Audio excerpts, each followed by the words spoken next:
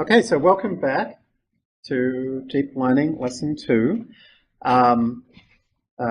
Last week we got to the point where we had successfully trained a pretty accurate image classifier. And so just to remind you about how we did that, can you guys see okay? I think, actually we can't turn the front lights off. So, all right. Can you guys all see the screen okay? We can turn just these ones, can we? Don't pitch us all into darkness, but if that works, then... Is that... Okay, that's better, isn't it? Yeah. Do you mind doing the other two? And maybe that one as well? No, not that one. Oh, that's great. Sorry, no, you're right, just that one. Okay, great. That's better, isn't it? Cool. So just to remind you, the way that we built this image classifier was we used a small amount of code, basically 3 lines of code, and these 3 lines of code pointed at a particular path which already had some data in it. And so the key thing for this to know how to train this model was that this path, which was data, dogs, cats, had to have a particular structure, which is that it had a train folder and a valid folder, and in each of those train and valid folders there was a cats folder and a dogs folder, and each of the cats and the dogs folders was a bunch of images of cats and dogs. So this is like a pretty standard, it's one of 2 main structures that are used to say here is the data that I want you to train an image model from. So I know some of you during the week went away and tried different data sets where you had folders with different sets of images in and created your own image classifiers. And generally that seems to be working pretty well from what I could see on the forums. So to make it clear, at this point this is everything you need to get started. So if you create your own folders with different sets of images, a few hundred or a few thousand in each folder, and run the same 3 lines of code, that'll give you an image classifier, and you'll be able to see this 3rd column tells you how accurate it is. So we looked at some kind of simple visualizations to see like what was it uncertain about, what was it wrong about, and so forth, and that's always a really good idea. And then we learned about the one key number you have to pick. So this number here is the one key number, this 0.01, and this is called the learning rate. And so I wanted to go over this again, and we'll learn about the theory behind what this is during the rest of the course in quite a lot of detail. But for now, I just wanted to talk about the practice. Yes, Jeanette, let me give you this. So they cannot see you in the video. I guess they can now. I just turned it around. Oh, okay, perfect. I also was wondering, could you tell us about the other 3 numbers in that widget that you have right there? These 3 here? Yeah. We're going to talk about the other ones shortly. So the main one we're going to look at for now is the last column, which is the accuracy. The first column, as you can see, is the epoch number. So this tells us how many times has it been through the entire data set trying to learn a better classifier. And then the next 2 columns is what's called the loss, which we'll be learning about either later today or next week. The first one is the loss on the training set. These are the images that we're looking at in order to try to make a better classifier. And the second is the loss on the validation set. These are the images that we're not looking at when we're training, but we're just setting them aside to see how accurate we are. So we'll learn about the difference between loss and accuracy later. Okay, so we've got the epoch number, the training loss is the second column, the validation loss is the 3rd column, and the accuracy is the 4th column.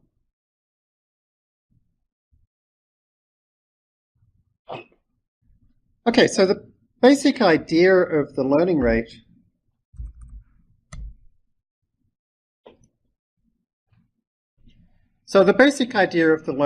is it's the thing that's going to decide how quickly do we kind of hone in on the solution? And so I find that a good way to think about this is to think about like, well, what if we were trying to fit to a function that looks something like this, right? We're trying to say, okay, whereabouts is the minimum point? This is basically what we do when we do deep learning, is we try to find the minimum point of a function. Now, our function happens to have millions or hundreds of millions of parameters, but it works the same basic way. And so when we look at it, we can immediately see that the lowest point is here. But how would you do that if you were a computer algorithm? And what we do is we start out at some point at random. So we pick, say, here, and we have a look and we say, okay, what's the loss or the error at this point? And we say, what's the gradient? In other words, which way is up and which way is down? And it tells us that down is going to be in that direction. And it also tells us how fast is it going down, which is, at this point, it's going down pretty quickly. And so then we take a step in the direction that's down. And the distance we travel is going to be proportional to the gradient. It's going to be proportional to how steep it is. The idea is, if it's steeper, then we're probably further away. That's the general idea, right? And so specifically what we do is we take the gradient, which is how steep is it at this point, and we multiply it by some number. And that number is called the learning rate. Okay? So if we pick a number that is very small, then we're guaranteed that we're going to go a little bit closer and a little bit closer and a little bit closer each time, right? But it's going to take us a very long time to eventually get to the bottom. If we pick a number that's very big, we could actually step too far. We could go in the right direction, but we could step all the way over to here, right?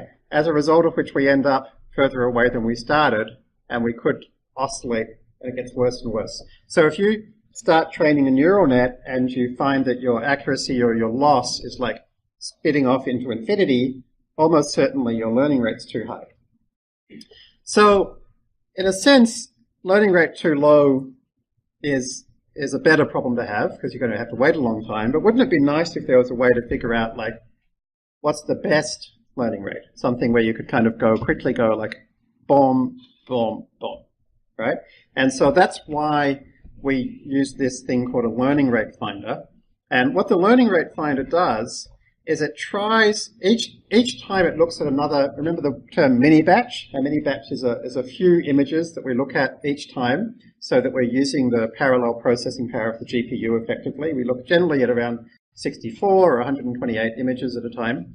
For each mini batch, which is labeled here as an iteration, we gradually increase the learning rate. In fact, multiplicatively increase the learning rate. We start at really, really tiny learning rates to make sure that we don't start at something too high, and we gradually increase it.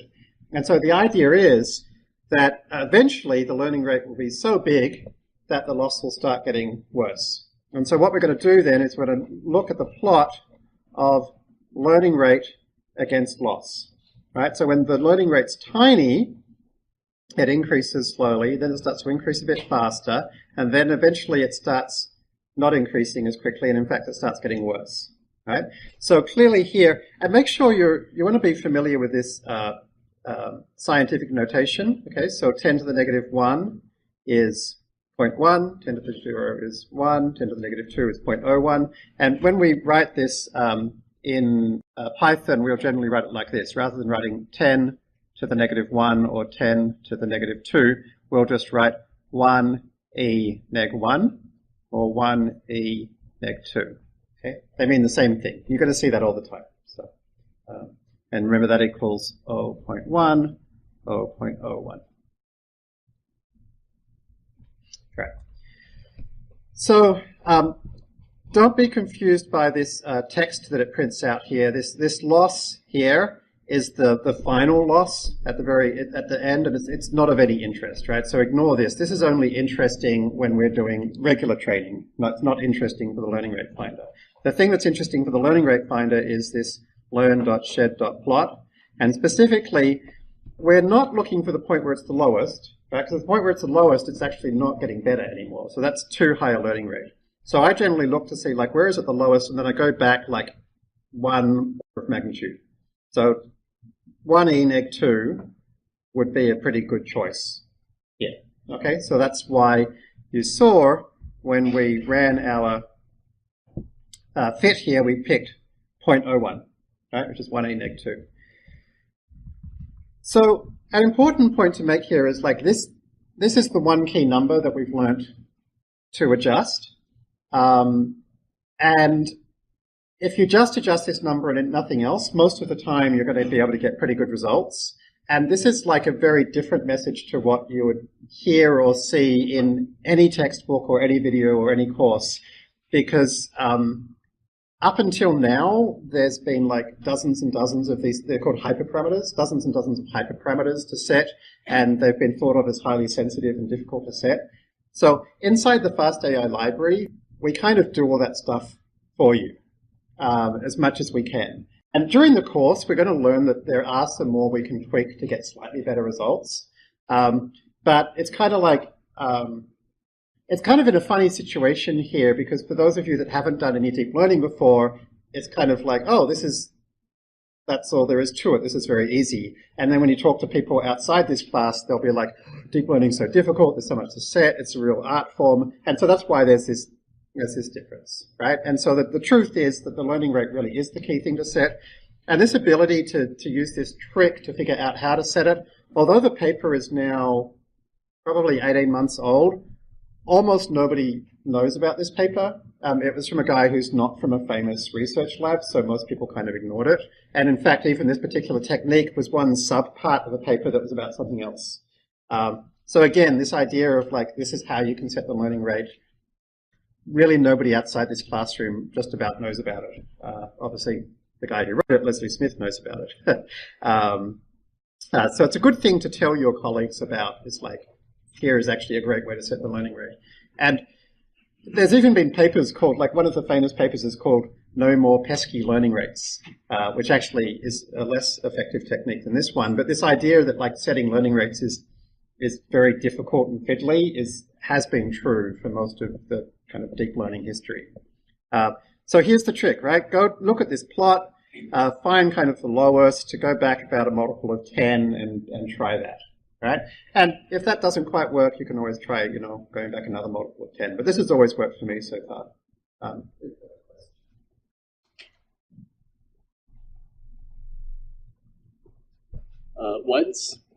Why does this learning rate, this method work versus something else, like momentum based, or what's like the advantages and disadvantages with this learning rate like technique versus something else?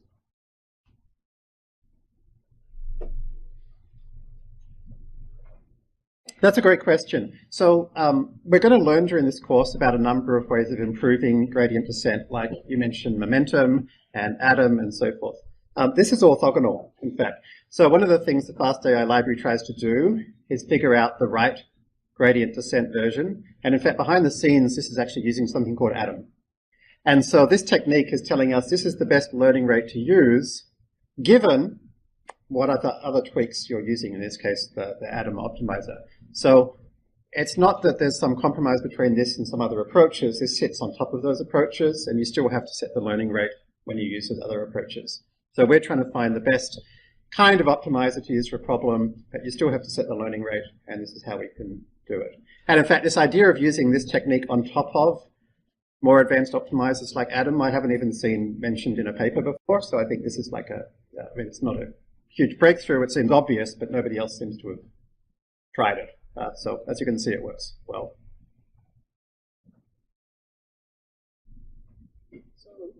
When we use optimizers like atom, which have like adaptive learning rates, so when we set this learning rate, is it like initial learning rate because it changes during the epoch, right?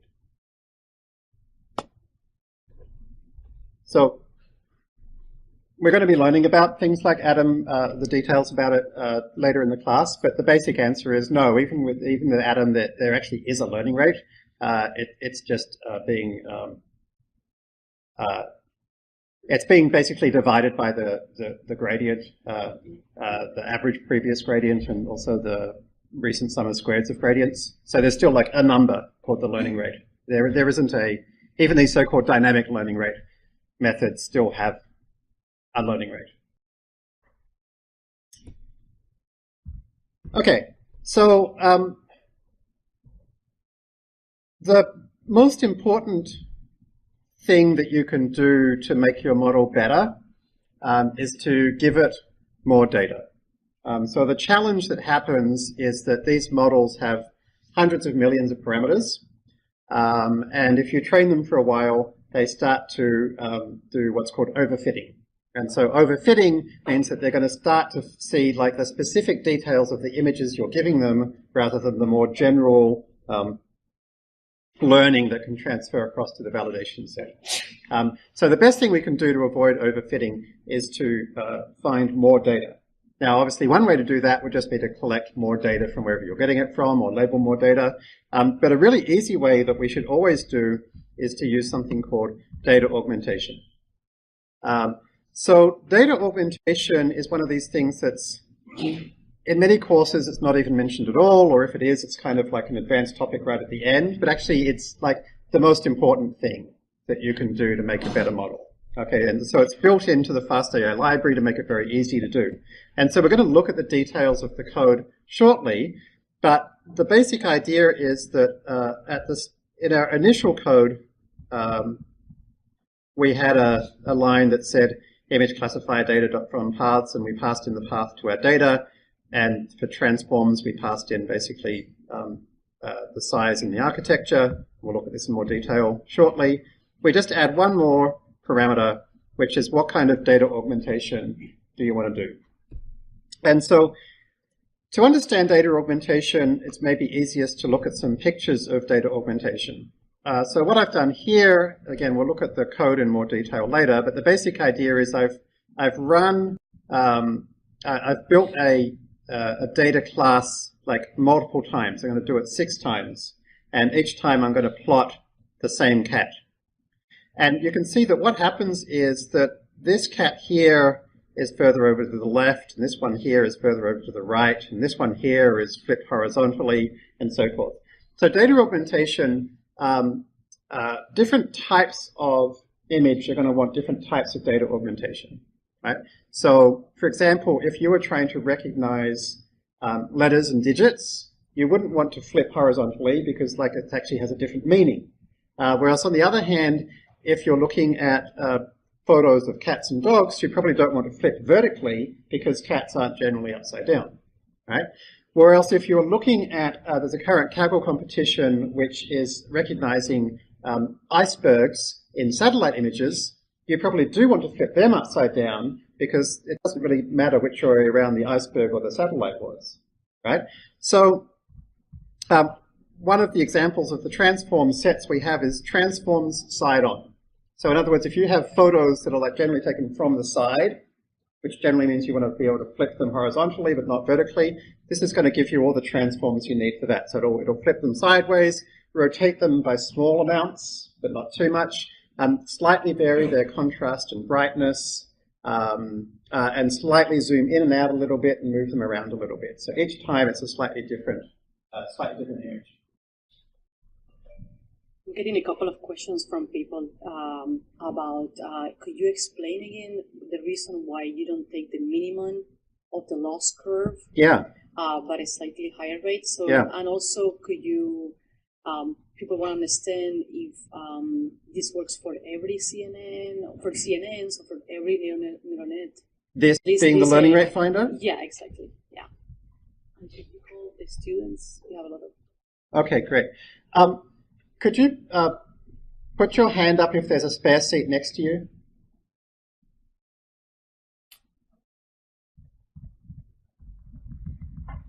So there was a question about the learning rate finder, about why do we use the learning rate that's less than the lowest point. And so the reason why is to understand what's going on with this learning rate finder.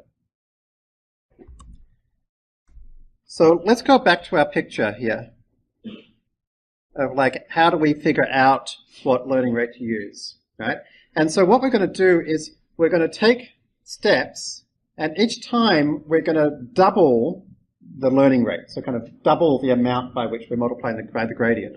So in other words, we'd go tiny step, slightly bigger, slightly bigger, slightly bigger, slightly bigger, slightly bigger, slightly bigger. Okay? And so the question is, the purpose of this is not to find the minimum. The purpose of this is to figure out what learning rate is allowing us to decrease quickly, right? So the point at which the loss was lowest here is actually there, right? But that learning rate actually looks like it's probably too high. It's going to just jump like probably backwards and forwards, okay? So instead what we do is we go back to the point where the learning rate's quickly giving us a quick increase in the loss. So here is the actual learning rate increasing every single time we look at a new mini batch, right? So mini batch or iteration versus learning rate. And then here is learning rate versus loss. So here's that point at the bottom where it was now already too high.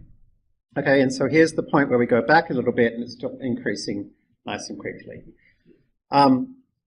We're going to learn about something called stochastic gradient descent with restarts shortly, where we're going to see, like, in a sense, you might want to go back to 1e neg 3, where it's actually even steeper still, and maybe we would actually find this will actually learn even quicker. You could try it, but we're going to see later why actually using a higher number is going to give us a better generalization. So for now, I'll just put that aside. Do you mean higher learning rate when you say higher? Do I mean higher learning rate when I say higher? Yeah. Yes. Or is it the higher iteration or something else? I mean higher learning rate. So as we increase the iterations in the learning rate finder, the learning rate is going up. This is iterations versus learning rate. Okay, so as we do that, as the learning rate increases, and we plot it here, the loss goes down until we get to the point where the learning rate is too high, and at that point the loss is now getting worse. Because I asked the question because you were just indicating that, you know, even though the minimum was at 10 to the minus 1, you suggested we should choose 10 to the minus 2, but now you're saying that maybe we should go back the other way, higher, so... I didn't mean to say that. I'm sorry if I said something backwards. I want to go back down to a lower learning rate. So possibly I said a higher when I meant higher index. So that's lower. Oh, lower learning rate. Okay, yes. Thanks. Yep. In last class, it said that all the local minima are the same, and this graph also shows the same. Is that something that was observed, or is that logic, a theory behind it? That's not what this graph is showing. This graph is simply showing that there's a point where if we increase the learning rate more, then it stops getting better and it actually starts getting worse. The idea that all local minima are the same is a totally separate issue, and it's actually something we'll see a picture of shortly. So let's come back to that. Jeremy, do we have to find the best learning rate every time we're going to run an epoch? Every time we're running an epoch. An epoch. So how many times should I run this learning rate finder during my training? That's a great question, Yunette. I certainly run it once when I start. Later on in this class, we're going to learn about unfreezing layers. And after I unfreeze layers, I sometimes run it again. If I do something to change the thing I'm training or change the way I'm training it, you may want to run it again, basically. Or, particularly if you've changed something about how you train, like unfreezing layers, which we're going to soon learn about, and you're finding now the training is unstable or too slow, again, you can run it again. There's never any harm in running it. It doesn't take very long. That's a great question. Okay, so back to data augmentation. So if we add to when we run this little transforms from model function, we pass in augmentation transforms. We can pass in, the main two are transforms side on or transforms top down. Later on we'll learn about creating your own custom transform lists as well. But for now, because we're taking pictures from the side of cats and dogs, we'll say transform side on. And now each time we look at an image, it's going to be zoomed in or out a little bit, moved around a little bit, rotated a little bit, possibly flipped. Okay? And so what this does is it's not exactly creating new data, But as far as the convolutional neural net is concerned, it's a different way of looking at this thing. And it actually, therefore, allows it to learn how to recognize cats or dogs from somewhat different angles, right? So when we do data augmentation, we're basically trying to say, based on our domain knowledge, here are different ways that we can mess with this image that we know still make it the same image, you know, and that we could expect that you might actually see that kind of image in the real world. So what we can do now is when we call this from paths function, which we'll learn more about shortly, we can now pass in this set of transforms which actually have these augmentations in. Now, so we're going to start from scratch here. We do a fit, and initially the augmentations actually don't do anything. And the reason initially they don't do anything is because we've got here something that says pre-compute equals true. And we're going to come back to this lots of times. But basically what this is doing is, do you remember this picture we saw where we learned each different layer has these activations that basically look for, you know, anything from the middle of flowers to eyeballs of birds or whatever, right? And so literally what happens is that the later layers of this convolutional neural network have these things called activations. And an activation, literally, it's a number. An activation is a number that says this feature, like eyeball of bird, is in this location with this level of confidence, with this probability, right? And so we're going to see a lot of this later. But what we can do is we can say, all right, well, in this, we've got a pre-trained network, remember? And a pre-trained network is one where it's already learnt to recognize certain things. In this case, it's learnt to recognize the 1.5 million images in the ImageNet dataset. And so what we could do is we could take the second last layer, so the one which is like got all of the information necessary to figure out what kind of thing a thing is, and we can save those activations. So basically saving things saying, you know, there's this level of eyeballness here, and this level of dog's faceness here, and this level of fluffy ear there, and so forth. And so we save for every image these activations, and we call them the pre-computed activations.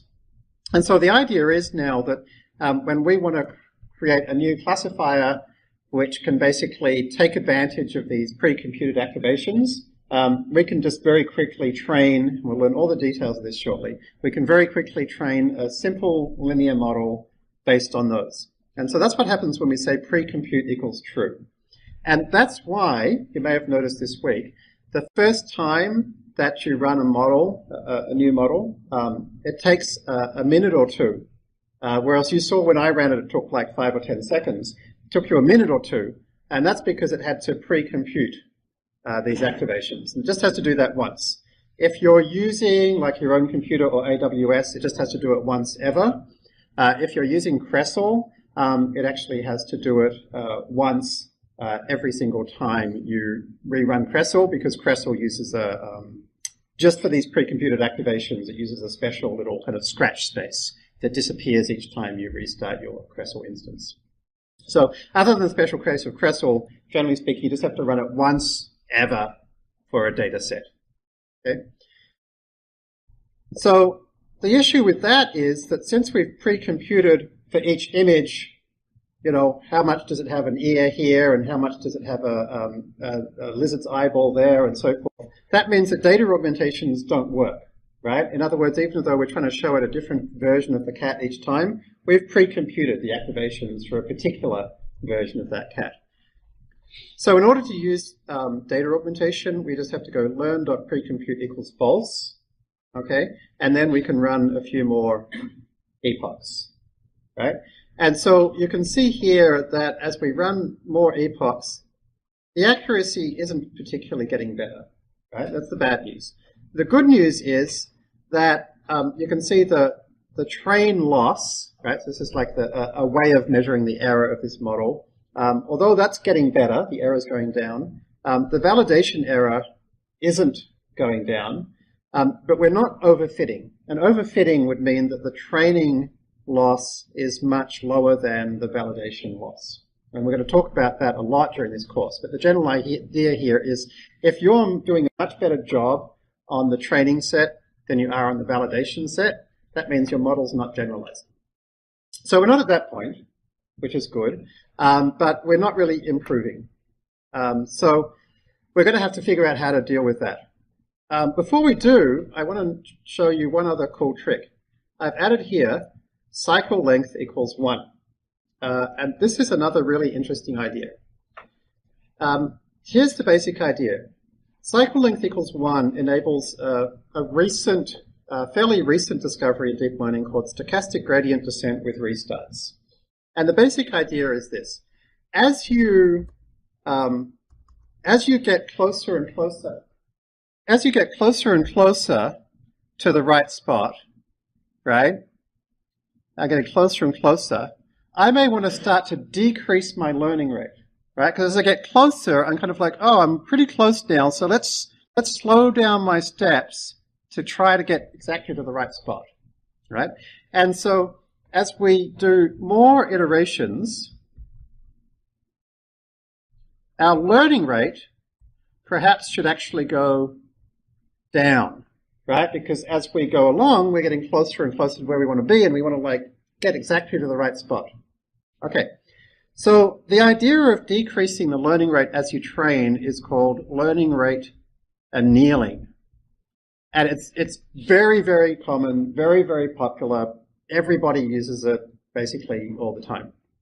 The most common kind of learning rate annealing is really horrendously hacky. It's basically that researchers like pick a learning rate that seems to work for a while, and then when it stops learning well, they drop it down by about 10 times, and then they keep learning a bit more until it doesn't seem to be improving, and then they drop it down by another 10 times. And that's what most academic research papers and most people in industry do. Right? So this would be like stepwise annealing, very manual, very annoying. A better approach is simply to pick some kind of functional form like a line. It turns out that a really good functional form is 1/2 of a cosine curve, right? And the reason why is that for a while, when you're not very close, you kind of have a really high learning rate, and then as you do get close, you kind of quickly drop down and do a few iterations with a really low learning rate. And so this is called cosine annealing. So to those of you who haven't done trigonometry for a while, cosine basically looks something like this, right? So we've picked one little half piece. Okay. So we're going to use cosine annealing. But here's the thing. When you're in a very high dimensional space, right, and here we're only able to show 3 dimensions, right, but in reality we've got hundreds of millions of dimensions. We've got lots of different fairly flat points. They may not be actual local minima, but they're fairly flat points, all of which are pretty good, right? But they might differ in a really interesting way, which is that some of those flat points, let me show you.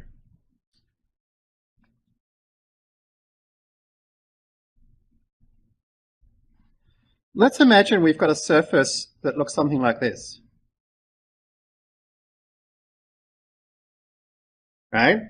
Now, imagine that we our random guess started here, and our initial, therefore, kind of learning rate annealing schedule got us down to here. Now, indeed, that's a pretty nice low error, right? But it probably doesn't generalize very well, which is to say, if we use a different data set where things are just kind of slightly different in one of these directions, suddenly it's a terrible solution, right? Whereas over here, it's basically equally good in terms of loss, right? But it rather suggests that if you have slightly different data sets that are slightly moved in different directions, it's still going to be good, right? So in other words, we would expect this solution here is probably going to generalize better than the spiky one. So here's what we do, is we've got like a bunch of different low bits, right? Then our standard learning rate annealing approach will sort of go downhill, downhill, downhill, downhill, downhill to one spot, right? But what we could do instead is use a learning rate schedule that looks like this, which is to say we do a cosine annealing and then suddenly jump up again and do a cosine annealing and then jump up again. And so each time we jump up, it means that if we're in a spiky bit and then we suddenly increase the learning rate and it jumps now all the way over to here. And so then we kind of learning rate anneal down to here. And then we jump up again to a high learning rate. Oh, and it stays here, right? So in other words, each time we jump up the learning rate, that means that if it's in a nasty spiky part of the surface, it's going to hop out of the spiky part. And hopefully if we do that enough times, it'll eventually find a nice smooth bowl.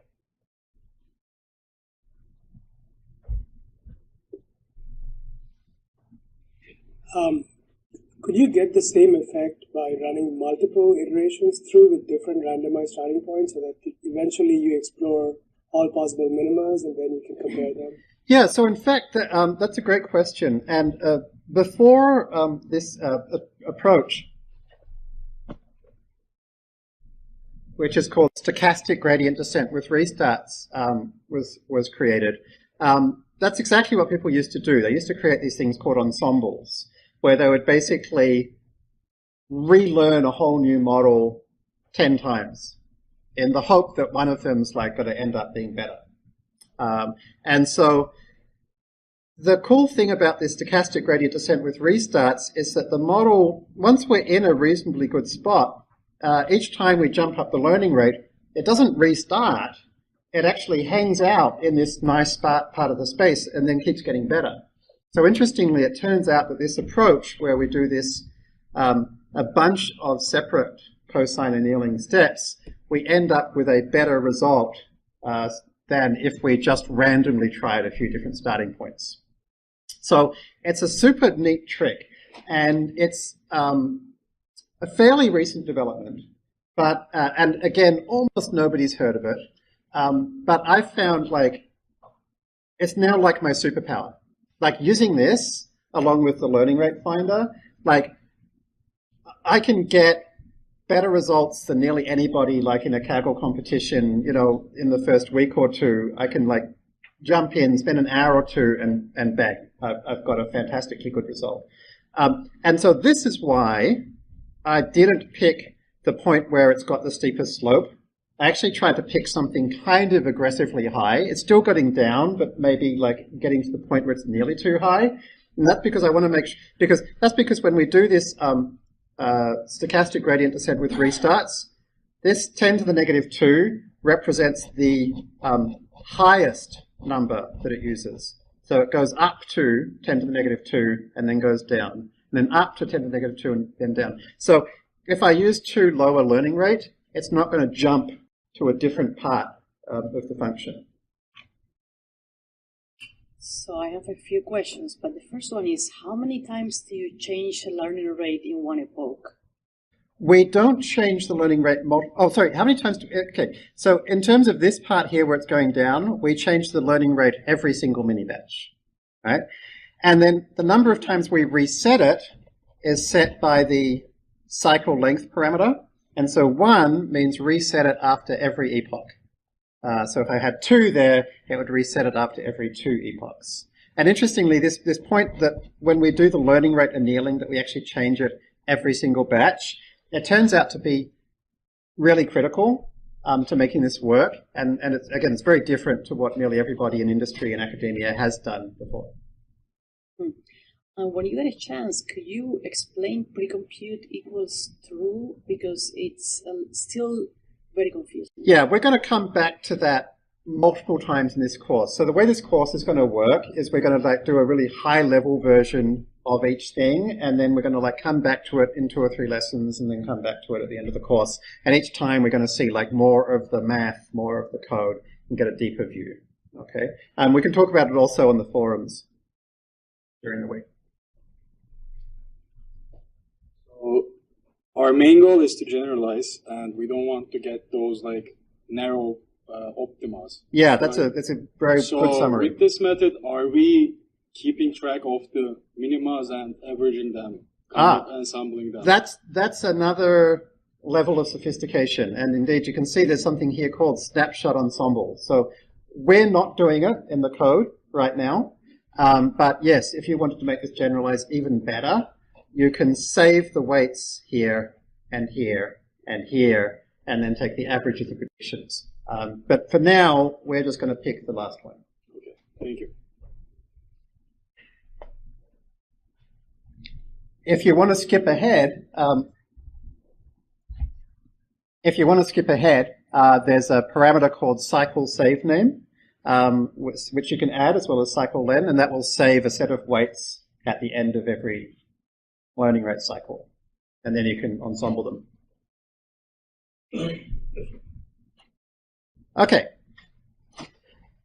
so we've got a pretty decent model here, 99.3% accuracy, and we've gone through a few steps that have taken a minute or two to run. And so from time to time, I tend to save my weights. So if you go learn.save and then pass in a file name, it's going to go ahead and save that for you. Later on, if you go learn.load, you'll be straight back to where you came from. Okay, so it's a good idea to do that from time to time. This is a good time to mention what happens when you do this. When you go learn.save, when you create pre-computed activations, another thing we'll learn about soon, when you create resized images, these are all creating various temporary files, okay? And so what happens is, if we go to data, and we go to dogs, cats, this is my data folder, and you'll see there's a folder here called TMP, or TIMP. And so this is automatically created, and all of my pre-computed activations end up in here. I mention this because if things aren't, if you're getting weird errors, it might be because you've got some pre-computed activations that were only half completed, or are in some way incompatible with what you're doing. So you can always go ahead and just delete this TMP, this temporary directory, and see if that causes your error to go away. This is the FastAI equivalent of turning it off and then on again. You'll also see there's a directory called models, and that's where all of these, when you say .save with a model, that's where that's going to go. Actually, it reminds me, when the stochastic gradient descent with restarts paper came out, I saw a tweet that was somebody who was like, oh, to make your deep learning work better, turn it off and then on again. So that's this equivalent too. Is there a question there? So if I want to, say I want to retrain my model from scratch again, do I just delete everything in the temp folder? If you want to,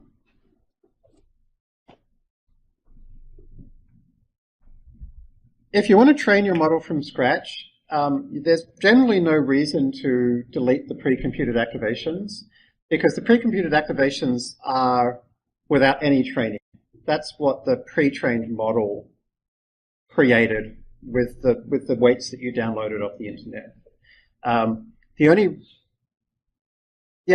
only reason that you want to delete the pre-computed activations if there was some error caused by half creating them and crashing or something like that.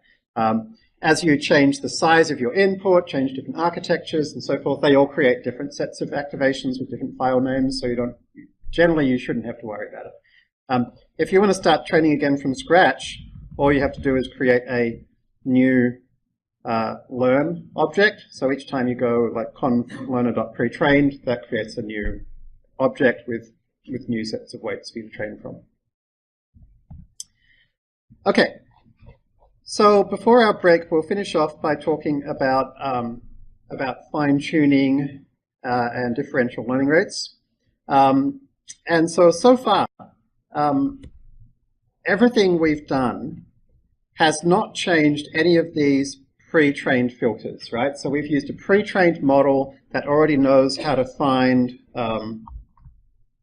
at the early stages, edges and gradients, and then corners and curves, and then repeating patterns, and bits of text, and eventually eyeballs, right? We have not retrained any of those activations, any of those features, or more specifically, any of those weights in the convolutional kernels.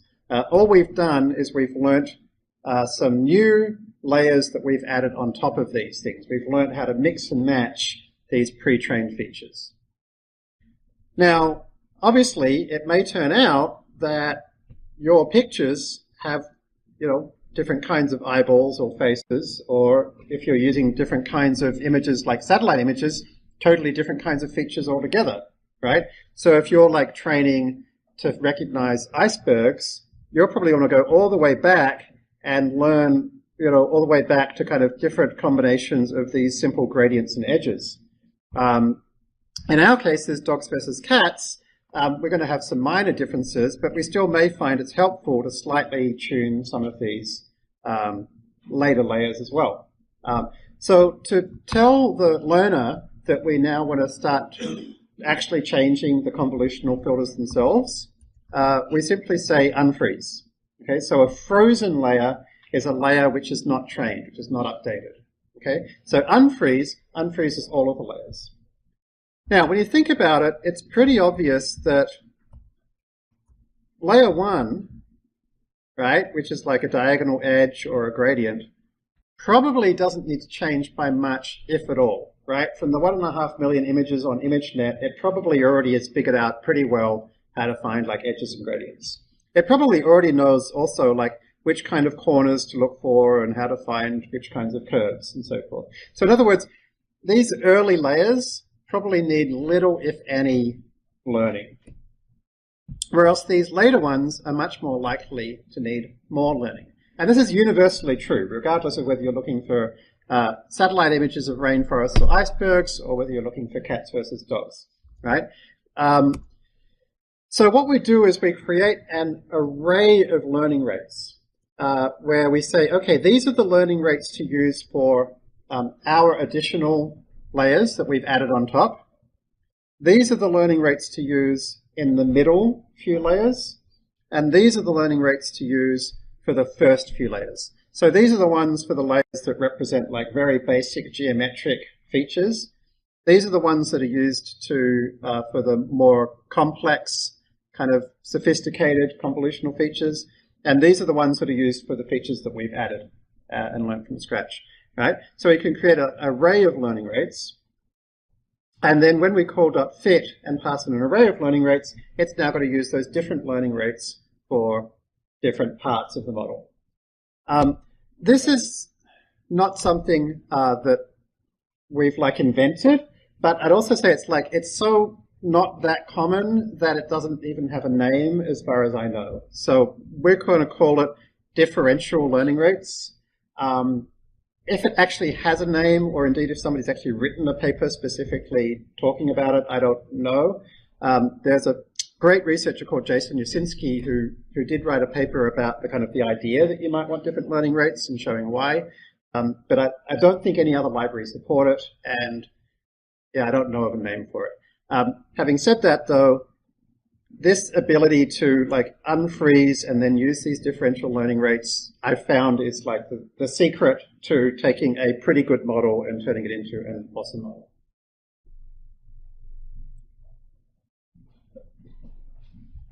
So just to clarify, so you have 3 numbers there, right? 3 hyperparameters. The first one is for the late models, the late layers. The other way around. Layers are there in your model? So we've the short answer is many, right? Okay. And they're kind of in groups, and we're going to learn about the architecture. This is called a ResNet, or residual network, and it kind of has ResNet blocks. And so what we're doing is we're grouping the blocks into 3 groups. And so this one is actually, this first number is for the earliest layers. The ones closer to the data, the picture. Yeah, the ones closest to the pixels that represent like corners and edges and gradients. But why do you... But I thought those layers are frozen at first. They are, right. So we just said unfreeze. Unfreeze. Oh, so you're unfreezing them because you have kind of partially trained all the late layers. We've trained our added layers, yes. And now you're retraining the whole set. Exactly. I see. And the learning rate is particularly small for the early layers. That's right. Because you just kind of want to fine tune it. You don't want to. Yeah, we probably don't want to change them at all. I see. But if it does need to, then it can. Thanks. No problem. He has a question. So using the differential learning rates, how is that different from like grid search? There's no similarity to grid search. So grid search is where we're trying to find the best hyperparameter for something. So for example, you could kind of think of the learning rate finder as a really sophisticated grid search, which is like trying lots and lots of learning rates to find which one is best. But this has nothing to do with that. This is actually, for the entire training from now on, it's actually going to use a different learning rate for each layer. Okay. So I was wondering, so you have a pre-trained model, then you have to use the same input dimensions, right? Because I was thinking, okay, let's say you have this big, they use like big machines to train these things and you want to take advantage of it. How would you go about, if you have like images that are like bigger than the ones that they used? Or we're going to be talking about sizes later, but the short answer is that with this library and the modern architectures we're using, we can use any size we like. So Jeremy, do we need, can we unfreeze just a specific layer? We can. We're not doing it yet, but if you wanted to, you can type learn.freeze_2 and pass in a layer number. Much to my surprise, or at least initial my surprise, it turns out I almost never need to do that. I almost never find it helpful. And I think it's because we're using differential learning rates. The optimizer can kind of learn just as much as it needs to. So yeah, it's. What about if you have little data, like very little data? Very little data. Yeah, it still doesn't seem to help. The one place I have found it helpful is if I'm using like a really big memory intensive model and I'm like running out of GPU. Having the less layers you unfreeze, the less memory it takes and the less time it takes. So there's that kind of practical aspect. Yeah. To make sure also I asked the question right, can I just like unfreeze a specific layer? No, you can only unfreeze layers from layer N onwards. You could probably delve inside the library and unfreeze one layer, but I don't know why you would. Okay, so I'm really excited to be showing you guys this stuff because it's something we've been kind of researching all year, is figuring out how to train state-of-the-art models. And we've kind of found these like tiny number of tricks. And so once we do that, we now go learn.fit, right? And you can see, look at this, we get right up to like 99.5% accuracy, which is crazy. There's one other trick you might see here, that as well as using stochastic gradient descent with restarts, i.e. cycle length equals 1, we've done 3 cycles. So earlier on, I lied to you. I said this is the number of epochs. It's actually the number of cycles, right? So if you said cycle length equals 2, it would do 3 cycles of each of 2 epochs. So it would do 6 epochs. So here I've said do 3 cycles, yet somehow it's done 7 epochs. And the reason why is I've got one last trick to show you, which is cycle molt equals 2. And to tell you what that does, I'm simply going to show you the picture. If I go learn.shape.plot learning rate, there it is. Now you can see what cycle molt equals 2 is doing. Okay, it's doubling the length of the cycle after each cycle. And so in the paper that introduced this stochastic gradient descent with restarts, the researcher kind of said, hey, this is something that seems to sometimes work pretty well, and I've certainly found that often to be the case. So basically, intuitively speaking, if your cycle length is too short, right, then it kind of starts going down to find a good spot, and then it pops out. And it goes down to try and find a good spot and pops out. It never actually gets to find a good spot, right? So earlier on, you want it to do that because it's trying to find the bit that's like smoother. But then later on, you want it to do more exploring and then more exploring, right? So that's why this cycle molt equals 2 thing often seems to be a pretty good approach, right? So suddenly we're introducing more and more hyperparameters, having told you there aren't that many. But the reason is that like you can really get away with just picking a good learning rate, but then adding these extra tweaks really helps get that extra level up without any effort, right? And so in practice, I find this kind of 3 cycles, starting at 1, mod equals 2, works very, very often to get a pretty decent model. If it doesn't, then often I'll just do 3 cycles of length 2 with no molt. Like there's kind of like 2 things that seem to work a lot. There's not too much fiddling I find necessary. And as I say, even if you use this line every time, I'd be surprised if you didn't get a reasonable result. Is there a question here? Why does smoother surfaces correlate to more generalized networks? So it's kind of this this intuitive explanation I tried to just kill the whole thing. I tried to give back here, which is that if you've got something spiky, right, and so what this x-axis is showing is like how good is this at recognizing dogs versus cats as you change this particular parameter, right? And so something to be generalizable, it means that we want it to work when we give it a slightly different data set. And so a slightly different data set may have a slightly different relationship between this parameter and how catty versus doggy it is. It may instead look a little bit like this. Right?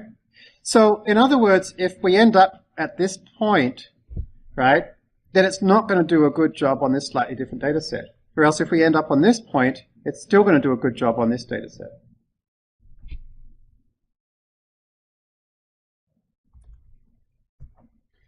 Okay, so that's what cycle molt equals do. Okay, so we've got one last thing before we're going to take a break, which is we're now going to take this model, which has 99.5% accuracy, and we're going to try and make it better still. And what we're going to do is we're not actually going to change the model at all, right? But instead, we're going to look back at the original visualization we did, where we looked at some of our incorrect pictures. Now, what I've done is I've printed out the whole of these incorrect pictures. But the key thing to realize is that particularly, in fact, when we do the validation set, all of our inputs to our model all the time have to be square, right? And the reason for that is, it's kind of a minor technical detail, but basically the GPU doesn't go very quickly if you have like different dimensions for different images, because it needs things to be consistent so that every part of the GPU can do the same thing. Right? And I think this is probably fixable, but now that's the state of the technology we have. So our validation set, when we actually say for this particular thing, is this a dog? What we actually do to make it square is we just pick out the square in the middle, right? So we would take off its 2 edges, and so we take the whole height and then as much of the middle as we can. And so you can see in this case, we wouldn't actually see this dog's head. Right? So I think the reason this was actually not correctly classified was because the validation set only got to see the body, and the body doesn't look particularly dog-like or cat-like. It's not at all sure what it is. So what we're going to do when we calculate the predictions for our validation set is we're going to use something called test time augmentation. And what this means is that every time we decide, is this a cat or a dog, not in the training, but after we've trained the model, is we're going to actually take 4 random data augmentations. And remember, the data augmentations move around and zoom in and out and flip. Okay, so we're going to take 4 of them at random, and we're going to take the original unaugmented center cropped image, and we're going to do a prediction for all of those. And then we're going to take the average of those predictions. So we're going to say, is this a cat? Is this a cat? Is this a cat? Is this a cat? Right? And so hopefully, in one of those random ones, we actually make sure that the face is there, zoomed in by a similar amount to other dogs' faces it's seen, it's rotated by the amount that it expects to see it, and so forth. And so to do that, all we have to do is just call TTA. TTA stands for test time augmentation. This term of like what do we call it when we're making predictions from a model we've trained? Sometimes it's called inference time, sometimes it's called test time. Everybody seems to have a different name. So TTA. And so when we do that, we go learn.tta, check the accuracy, and lo and behold, we're now at 99.65%, which is kind of crazy. Where's our green box? Oh, that's there. But for every epoch, we are only showing one type of augmentation of a particular image, right? So when we are training back here, we're not doing any TTA, right? So TTA is not, like, you could, and sometimes, like, I've written libraries where after each epoch I run TTA to see how well it's going, but that's not what's happening here. I trained the whole thing with training time augmentation, which doesn't have a special name because that's what we mean. When we say data augmentation, we mean training time augmentation. So here, every time we showed it a picture, we were randomly changing it a little bit. So each epoch, each of these 7 epochs, it was seeing slightly different versions of the picture. Having done that, we now have a fully trained model. We then said, okay, let's look at the validation set. So TTA by default uses the validation set, and said, okay, what are your predictions of which ones are cats and which ones are dogs? And it did 4 predictions with different random augmentations plus 1 on the unaugmented version, averaged them all together, and that's what we got, and that's what we calculate the accuracy from. So is there a high probability of having a sample in TTA that was not shown during training? Yeah, actually, every data augmented image is unique because the rotation could be like 0.034 degrees and the zoom could be 1.0165. So every time it's slightly different. Okay, thank you. No problem. It's behind you. What's your, why not use white padding or something like that? Just one of your... White padding? Like, just, put like a white border around when you... Oh, padding's not... Yeah, so like there's lots of different types of data augmentation you can do, and so one of the things you can do is to add a border around it. Basically, adding a border around it in my experiments doesn't help. It doesn't make it any less cat-like. It's not, the convolutional neural network doesn't seem to find it very interesting, basically. Something that I do, we'll see later, is I do something called reflection padding, which is where I add some borders that are the outside just reflected. It's a way to kind of make some bigger images. Works well with satellite imagery in particular. But yeah, in general, I don't do a hell of a lot of padding. Instead, I do a bit of zooming. It's kind of follow-up to that last one, but rather than cropping, just add white space, because when you crop, you lose the dog's face, but if you had added white space, you wouldn't have. Yeah, so that's where the kind of the reflection padding or the zooming or whatever can help. So there are ways in the FastAI library when you do custom transforms of making that happen. I find that it kind of depends on the image size, but generally speaking, it seems that using TTA plus data augmentation, the best thing to do is to try to use as large an image as possible. And so if you kind of crop the thing down and put white borders on top and bottom, it's now quite a lot smaller. And so to make it as big as it was before, you now have to use more GPU. And if you're going to use all that more GPU, you could have zoomed in and used a bigger image. So in my playing around, that doesn't seem to be generally as successful. Okay.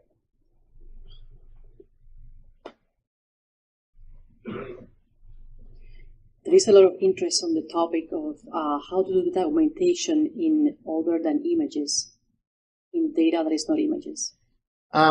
Yeah. No one seems to know. I actually, I asked some of my friends in the natural language processing community about this, and we'll get to natural language processing in a couple of lessons. It seems like it'd be really helpful. There's been a few examples, like a very, very few number of examples of people where papers would like try replacing synonyms, for instance. But on the whole, an understanding of like appropriate data augmentation for non-image domains is under-researched and underdeveloped. The question was, couldn't we just use a sliding window to generate all the images? So in that dog picture, couldn't we generate 3 parts of that? Wouldn't that be better? Yeah, for TTA, you mean? Just in general, when you're creating your... So for for training time, I would say no, that wouldn't be better because we're not going to get as much variation. You know, we want to have it like 1 degree off, 5 degrees off, 10 pixels up, like lots of slightly different versions. And so if you just have 3 standard ways, then you're not giving it as many different ways of looking at the data. For test time augmentation, having fixed crop locations, I think probably would be better.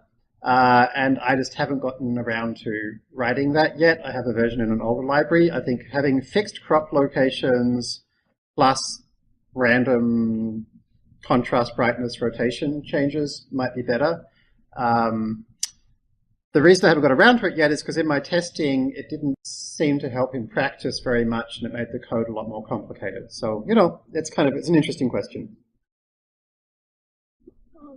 I just want to know all these fast AI APIs that you are using. Is it open source or it's? Yeah, that's a great question. So the Fast AI library is open source, and let's talk about it a bit more generally, because you know, it's like the fact that we're using this library is kind of interesting and unusual, and it sits on top of something called PyTorch, right? So PyTorch is a fairly recent development, and it's kind of, I've noticed all the researchers that I respect pretty much are now using PyTorch. I found in part 2 of last year's course that a lot of the cutting edge stuff I wanted to teach, I couldn't do it in Keras and TensorFlow, which is what we used to teach with. And so I had to switch the course to PyTorch halfway through part 2. The problem was that PyTorch isn't very easy to use. You have to write your own training loop from scratch. You basically have to write everything from scratch. All the stuff you see inside the FastAI library, we would have had to have written it, you know, to learn. And so it really makes it very hard to learn deep learning when you have to write hundreds of lines of code to do anything. So, so we decided to create a library on top of PyTorch because we, you know, our mission is to teach world-class deep learning. So we wanted to show you, like, here's how you can be the best in the world at doing X. And we found that a lot of the world-class stuff we needed to show really needed PyTorch, or at least with PyTorch it was far easier. But then PyTorch itself just wasn't suitable as a first thing to teach with for new deep learning practitioners. So we built this library on top of PyTorch, initially heavily influenced by Keras, which is what we taught last year. But then we realized we could actually make things much, much, much easier than Keras. So in Keras, if you look back at last year's course notes, you'll find that all of the code is 2 to 3 times longer. And there's lots more opportunities for mistakes because there's just a lot of things you have to get right. So we ended up kind of building this library in order to make it easier to get into deep learning, but also easier to get state-of-the-art results. And then over the last year, as we started developing on top of that, we started discovering that by using this library, it made us so much more productive that we actually started kind of developing new state-of-the-art results and new methods ourselves. And we started realizing that there's a whole bunch of like papers that have kind of been ignored or lost, which when you use them, it could like automate or semi-automate stuff like learning rate finder that's not in any other library. So it kind of got to the point where now not only is kind of FastAI lets us do things easier, much easier than any other approach, but at the same time it actually has a lot more kind of sophisticated stuff behind the scenes than anything else. So it's kind of an interesting mix. So we've released this library, like at this stage it's like a very early version, and so through this course, by the end of this course, I hope as a group, you know, we all a lot of people are already helping, have developed it into something that's, you know, really pretty stable and rock solid. And yeah, anybody can use it to build your own models under an open source license. As you can see, it's available on GitHub. Behind the scenes, it's creating PyTorch models, and so PyTorch models can then be exported into various different formats. Having said that, like a lot of folks, like if you want to do something on a mobile phone, for example, you're probably going to need to use TensorFlow. And so later on in this course, we're going to show like how some of the things that we're doing in the FastAI library you can do in Keras and TensorFlow, so you can kind of get a sense of what the different libraries look like. Generally speaking, the simple stuff is like it'll take you a small number of days to learn to do it in Keras and TensorFlow versus FastAI and PyTorch. And the more complex stuff often just won't be possible. So like if you need it to be in TensorFlow, you'll just have to kind of simplify it often a little bit. But you know, I think the more important thing to realize is every year the kind of the libraries that are available and which ones are the best totally changes. So like the main thing I hope that you get out of this course is an understanding of the concepts. Like here's how you find a learning rate, here's why differential learning rates are important, here's how you do learning rate annealing, you know, here's what stochastic gradient descent with restarts does, so on and so forth. Because, you know, by the time we do this course again next year, you know, the library situation is going to be different again. That's a question to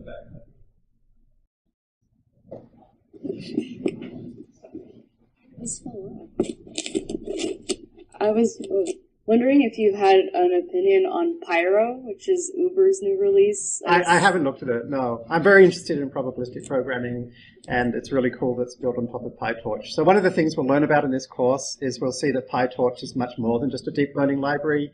It actually lets us write arbitrary GPU accelerated algorithms from scratch, which we're actually going to do. And Pyro is a great example of what people are now doing with PyTorch outside of the deep learning world. Great. Okay, let's take a 8-minute break, and we'll come back at 7:55.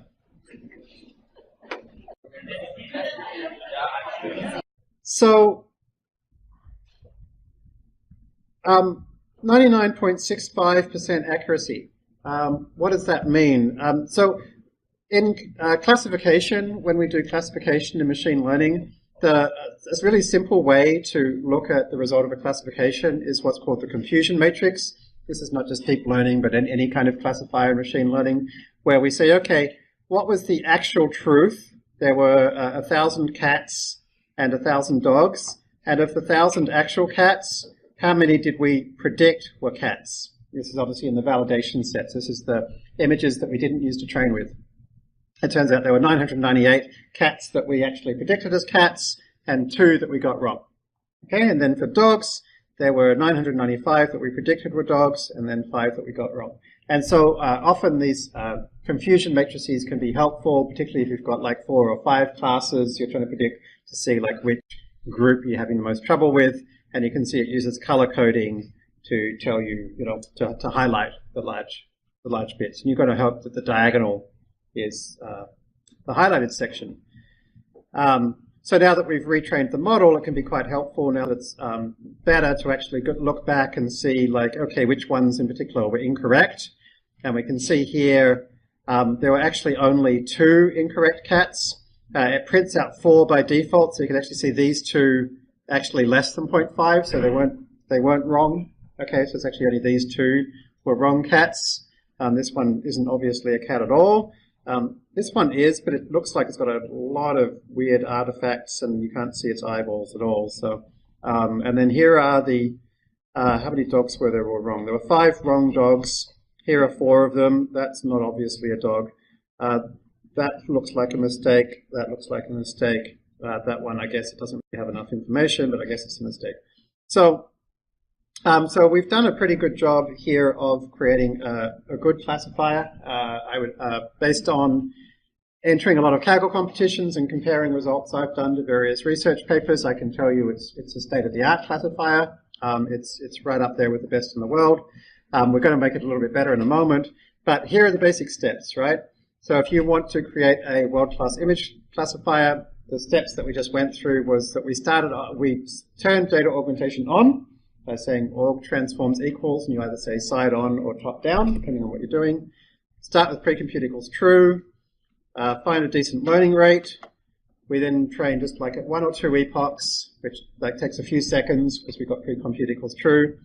Then we turn off precompute, which allows us to use data augmentation to do another 2 or 3 epochs, generally with cycle length equals 1. Then I unfreeze all the layers. I then set the earlier layers to be like either somewhere between a 3 times to 10 times lower learning rate than the previous. So in this case, I did 10 times, right? So it's like this was my learning rate that I found from the learning rate finder, then I went 10 times smaller and then 10 times smaller. As a rule of thumb, like knowing that you're starting with a pre-trained ImageNet model, if you can see that the things that you're now trying to classify are pretty similar to the kinds of things in ImageNet, i.e. pictures of normal objects in normal environments, you probably want about a 10x difference because you want those earlier layers, like you think that the earlier layers are probably very good already. Whereas if you're doing something like satellite imagery or medical imaging, which is not at all like ImageNet, then you probably want to be training those earlier layers a lot more, so you might have like just a 3x difference, right? So that's like one change that I make, is to try to make it either 10x or 3x. Yeah, so then after unfreezing, you can now call LRFind again. Right, and I actually didn't in this case, but like once you've unfrozen all the layers, you've turned on differential learning rates, you can then call LRFind again, right? And so you can then check like, oh, does it still look like the same point I had last time is about right? Something to note is that if you call LRFind having set differential learning rates, the thing it's actually going to print out is the learning rate of the last layers, right? Because you've got 3 different learning rates, so it's actually showing you the last layer. So then, yeah, then I train the full network with cycle mult equals 2 until either it starts overfitting or I run out of time, right?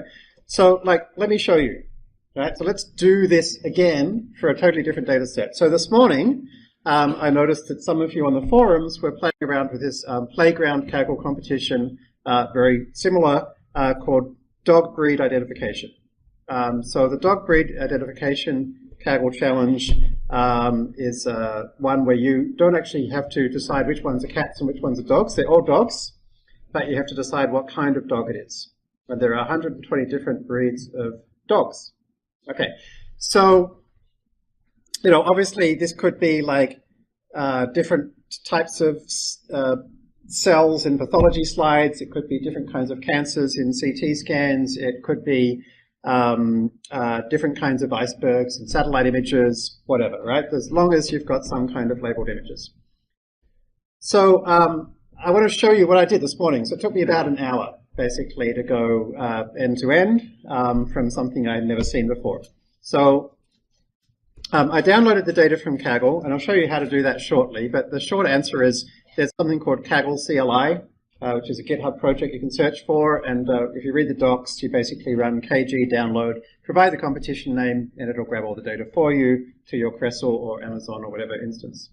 I put it in my data folder, and I then went ls, and I saw that it's a little bit different to our previous data set.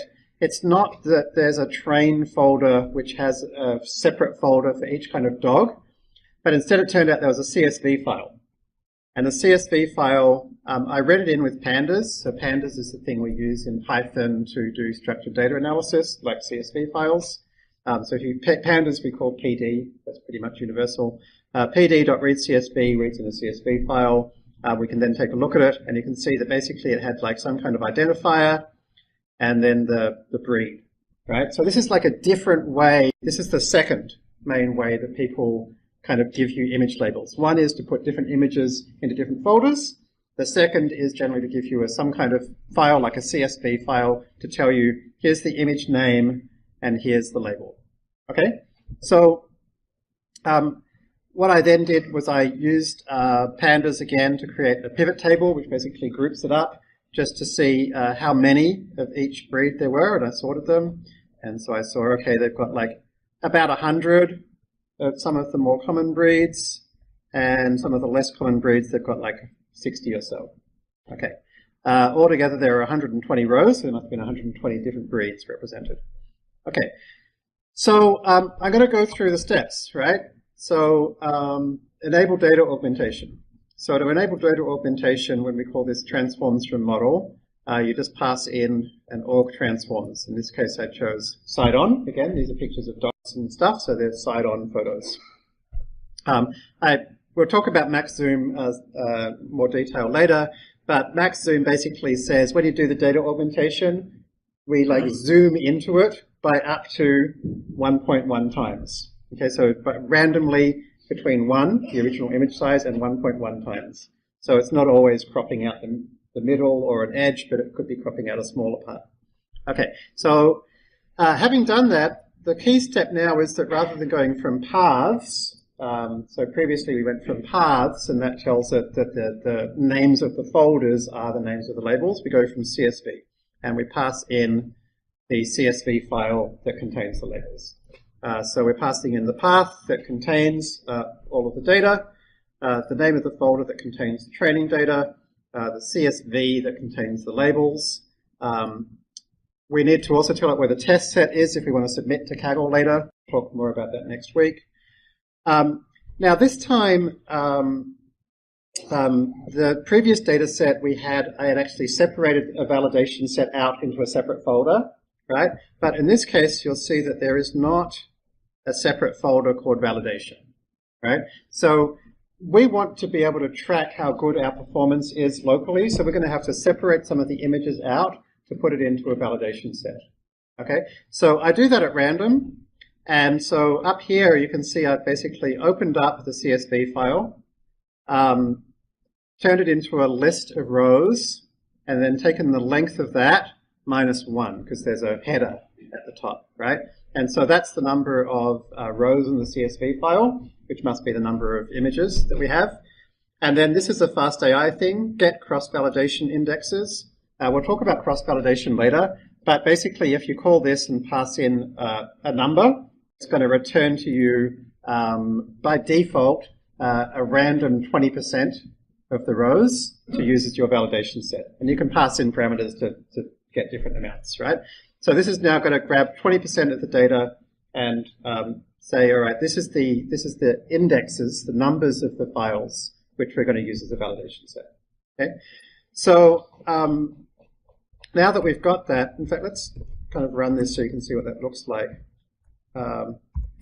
So val indexes is just a big bunch of numbers, okay, and so n is 10,000, right? And so we have about 20% of those is going to be in the validation set. So when we call from CSV, we can pass in a parameter which is to tell it which indexes to treat as the validation set, and so let's pass in those indexes. One thing that's a little bit tricky here is that the file names actually have, I checked, they actually have a .jpg on the end, and these obviously don't have a .jpg. So you can pass in, when you call from CSV, you can pass in a suffix that says that the labels don't actually contain the full file names. You need to add this to them, okay? So that's basically all I need to do to set up my data. As a lot of you have noticed during the week, inside that data object, you can actually get access to the data set by the training data set by saying train ds. And inside train ds is a whole bunch of things, including the file names. Okay, so train ds.filenames contains all of the file names of everything in the training set. And so here's like one file name. Okay, so here's an example of one file name. So I can now go ahead and open that file and take a look at it. All right, so that was the next thing I did, was to try and understand what my data set looks like, and it found an adorable puppy. So that was very nice. So feeling good about this. I also want to know, like, how big are these files, right? Like, how big are the images? Because that's a key issue. If they're huge, I'm going to have to think really carefully about how to deal with huge images. That's really challenging. If they're tiny, well, that's also challenging.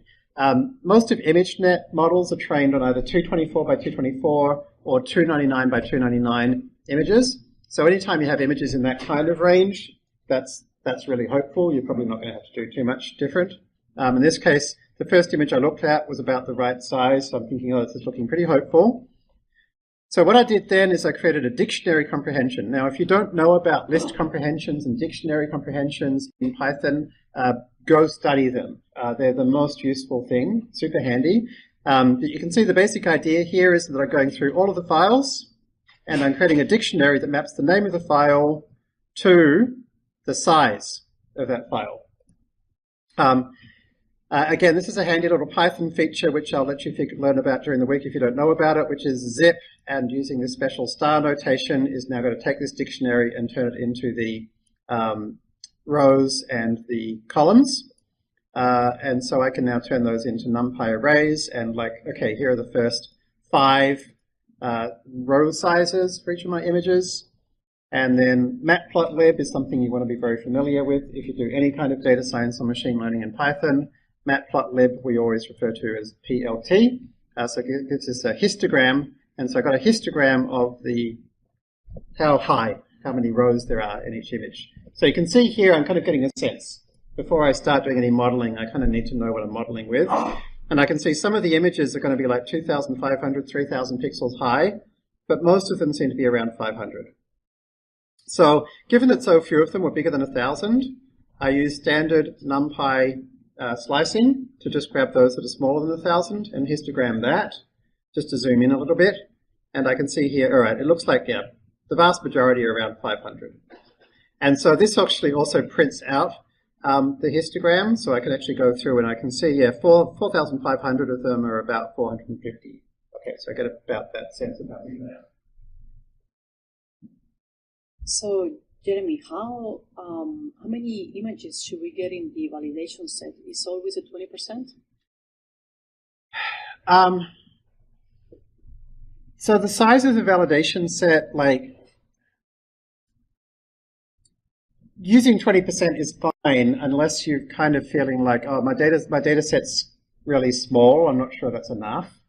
You know, like, if you've got, basically think of it this way. If you train like the same model multiple times and you're getting very different validation set results and your validation set's kind of small, like smaller than 1,000 or so, then it's going to be quite hard to interpret how well you're doing. Now, this is particularly true, like if you care about the third decimal place of accuracy, and you've got like 1,000 things in your validation set, then you're talking about like a single image changing class is changing, you know, is what you're looking at. So it really depends on like how accurate how much difference you care about.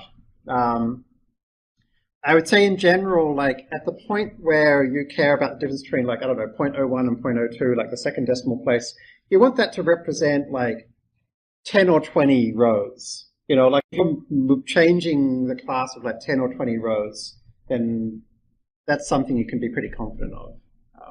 So like most of the time, you know, given the data sizes we normally have, 20% seems to work fine.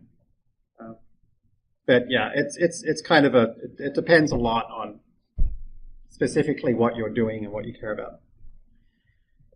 And it's not a deep learning specific question either, you know. So for those who are interested in this kind of thing, we're going to look into it in a lot more detail in our machine learning course, which will also be available online. Okay, so I did the same thing for the columns just to make sure that these aren't like super wide, and I got similar results and checked in and again found they're kind of like 400 or 500, seem to be about the average size. So based on all of that, I kind of thought, okay, this looks like a pretty normal kind of image data set that I can probably use pretty normal kinds of models on. I was also particularly encouraged to see that when I looked at the dog, that the dog like takes up most of the frame, right? So I'm not too worried about like cropping problems, you know. If the dog was just like a tiny little piece of one little corner, then I'd be thinking about doing different, you know, maybe zooming in a lot more or something. Like in medical imaging, that happens a lot. Like often the tumor or the cell or whatever is like one tiny piece, and that's much more complex. So yeah, based on all that, this morning I kind of thought like, okay, this looks pretty standard. So I went ahead and created a little function called getData that basically had my normal 2 lines of code in it. But I made it so I could pass in a size and a batch size. The reason for this is that when I start working with a new data set, I want everything to go super fast. And so if I use small images, it's going to go super fast. So I actually started out with size equals 64, just to create some super small images that would just go like a second to run through and see how it went. Later on, I started using some big images and also some bigger architectures, at which point I started running out of GPU memory. So I started getting these errors saying CUDA out of memory error. When you get a CUDA out of memory error, the first thing you need to do is to go kernel restart. Once you get an out of memory error on your GPU, you can't really recover from it, right? It doesn't matter what you do, you have to go restart, okay? And once I restarted, I then just changed my batch size to something smaller. So when you create your data object, you can pass in a batch size parameter, okay? And like I normally use 64 until I hit something that says out of memory, and then I'll just halve it. And if I still get out of memory, I'll just halve it again, okay? So that's why I created this, to allow me to like start making my sizes bigger as I looked into it more, and as I started running out of memory, to decrease my batch size. So at this point, I went through this a couple of iterations, but I basically found everything was working fine. So once it was working fine, I set size to 224, and I created my pre-compute equals true. First time I did that, it took a minute to create the pre-computed activations, and then it ran through this in about 4 or 5 seconds, and you can see I was getting 83% accuracy. Now, remember, accuracy means it's exactly right, and so it's predicting out of 120 categories. It's predicting exactly right. So when you see something with 2 classes is 80% accurate versus something with 120 classes is 80% accurate, they're very different levels, So when I saw like 83% accuracy with just a pre-computed classifier, no data augmentation, no unfreezing, anything else across 120 classes, I'm thinking, oh, this looks good, right? So then I just kind of kept going through our little standard process, right? So then I turn pre-compute off, okay? And cycle length equals 1. And I started doing a few more cycles, a few more epochs. So remember, an epoch is one pass through the data. A cycle is however many epochs you said is in a cycle. It's the learning rate going from the top that you asked for all the way down to 0. So since here cycle length equals 1, a cycle and an epoch are the same. Okay. So I did. I tried a few epochs. I did actually do the learning rate finder, and I found 1E neg 2 again looked fine. It often looks fine, and I found it kind of kept improving. So I tried 5 epochs, and I found my accuracy getting better. So then I saved that, and I tried something which we haven't looked at before, but it's kind of cool. If you train something on a smaller size, you can then actually call learn.setData and pass in a larger size data set. And that's going to take your model, however it's trained so far, and it's going to let you continue to train on larger images. And I'll tell you something amazing. This actually is another way you can get state-of-the-art results. And I've never seen this written in any paper or discussed anywhere. As far as I know, this is a new insight. Basically, I've got a pre-trained model, which in this case, I've trained a few epochs with a size of 224 by 224. And I'm now going to do a few more epochs with a size of 299 by 299. Now, I've got very little data, kind of by deep learning standards. I've only got 10,000 images, right? So with a 224 by 224, I kind of built these final layers to try to find things that worked well at 224 by 224. When I go to 299 by 299, I basically, if I overfit before, I'm definitely not going to overfit now. Like I've changed the size of my images. They're kind of like totally different. But like conceptually, they're still the same kinds of pictures of the same kinds of things. So I found this trick of like starting training on small images for a few epochs and then switching to bigger images and continuing training is an amazingly effective way to avoid overfitting. And it's like, it's so easy and so obvious. understand why it's never been written about before. Maybe it's in some paper somewhere and I haven't found it, but I haven't seen it. Would it be possible to do the same thing using, let's say, Keras or TensorFlow as well, to feed an image of a different size? Yeah, I think so. Like, as long as you use one of these more modern architectures, what we call fully convolutional architectures, which means not VGG, and you'll see we don't use VGG in this course because it doesn't have this property, but most of the architectures developed in the last couple of years can handle pretty much arbitrary sizes. Yeah, it'd be worth trying. Yeah, I think it ought to work. Okay, so I call getData again. Remember, getData is just the little function that I created back up here, right? GetData is just this little function, right? So I just passed a different size to it. And so I call freeze just to make sure that everything except the last layer is frozen. I mean, actually it already was at this point, so it didn't really do anything.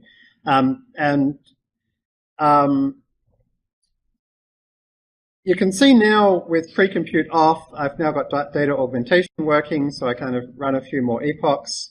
And what I notice here is that the loss to my training set and the loss to my validation set loss is a lot lower than my training set. This is still just training the last layer.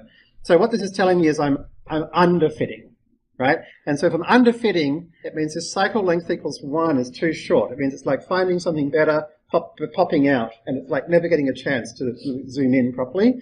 So then I set cycle mult equals 2 to give it more time. So like the first time is 1 epoch, the second one is 2 epochs, the third one is 4 epochs, and you can see now the validation and training are about the same. Okay, so that's kind of thinking, yeah, this is about the right track. And so then I tried using test type augmentation to see if that gets any better still. Didn't actually help a hell of a lot, just a tiny bit. And just kind of, at this point I'm thinking, okay, this is nearly done. So I just did one more cycle of 2 to see if it got any better, and it did get a little bit better again. And then I'm like, okay, that looks pretty good. I've got a validation set loss of 0.199.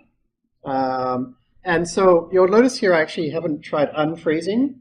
The reason why was when I tried unfreezing and training more, it didn't get any better. And so the reason for this clearly is that this data set is so similar to ImageNet that training the convolutional layers actually doesn't help in the slightest. And actually, when I later looked into it, it turns out that this competition is actually using a subset of ImageNet. So that's why. Okay, so then if we check this out, 0.199 against the leaderboard. This is only a playground competition, so it's not like the best here, but it's still interesting. It gets us somewhere around 10th or 11th. Okay, and in fact, we're competing against, I notice, this is a FastAI student, this is a FastAI student. These people up here, I know they actually posted that they cheated. They actually went and downloaded the original images and trained to that. So, and this is why this is a playground competition, they call it. It's not real, right? It's just to allow us to try things out. But you can basically see out of 200 and something people, we're getting some very good results without doing anything remotely interesting or clever. And we haven't even used the whole data set. We've only used 80% of it. Like, to get a better result, I would go back and remove that validation set and just rerun the same steps and then submit that, because that lets us use 100% of the data. Where's our microphone?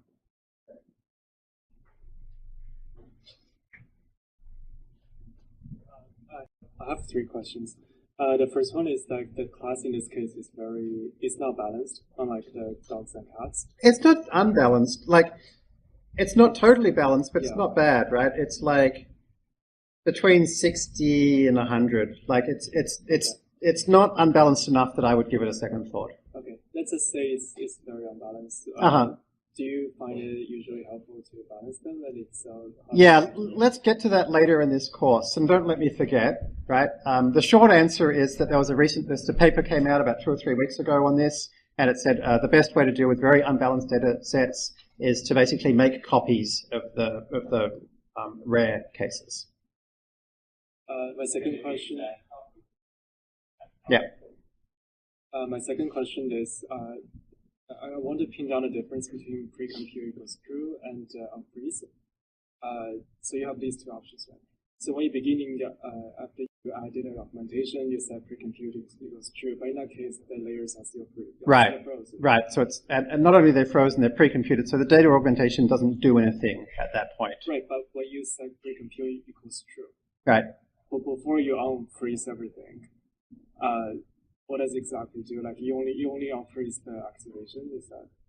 So we're going to learn more about the details as we look into the math and stuff in coming lessons. But basically what happened was we started with a pre-trained network, right, which was kind of finding activations that had these kind of rich features. And we were adding, then we add a couple of layers on the end of it, which start out random. And so with freeze equals, with everything frozen, and indeed with pre-compute equals true, all we're learning is those couple of layers that we've added. And so with pre-compute equals true, we actually pre-calculate like how much does this image have something that looks like this eyeball and looks like this face and so forth.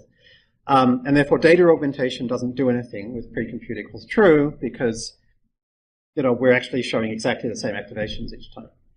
We can then set pre-compute equals false, which means it's still only training those last two layers that we added, it's still frozen, but data augmentation is now working because it's actually going through and recalculating all of the activations from scratch. And then finally, when we unfreeze, that's actually saying, okay, now you can go ahead and change all of these earlier convolutional filters. So when you just do pre-compute equals false, you only unfreeze the last two layers. So the only reason to have pre-compute equals true is it's just much faster. So it's like it's about 10 or more times faster. So particularly if you're working with like quite a large data set, it can save quite a bit of time. But it's never, there's no accuracy reason ever to use pre-compute equals true. It's just a shortcut. It's also like quite handy if you're like throwing together a quick model. It can take a few seconds to create it. My last question, which I think you answered, is that so like in your suggestions to build a model, you have this staged approach. Like, yeah. What if like we just want like one initial setting without these like checking after each step, freeze everything? I mean, if you wanted like if your question is like, is there some shorter version of this that's like a bit quicker and easier? I could like delete a few things here.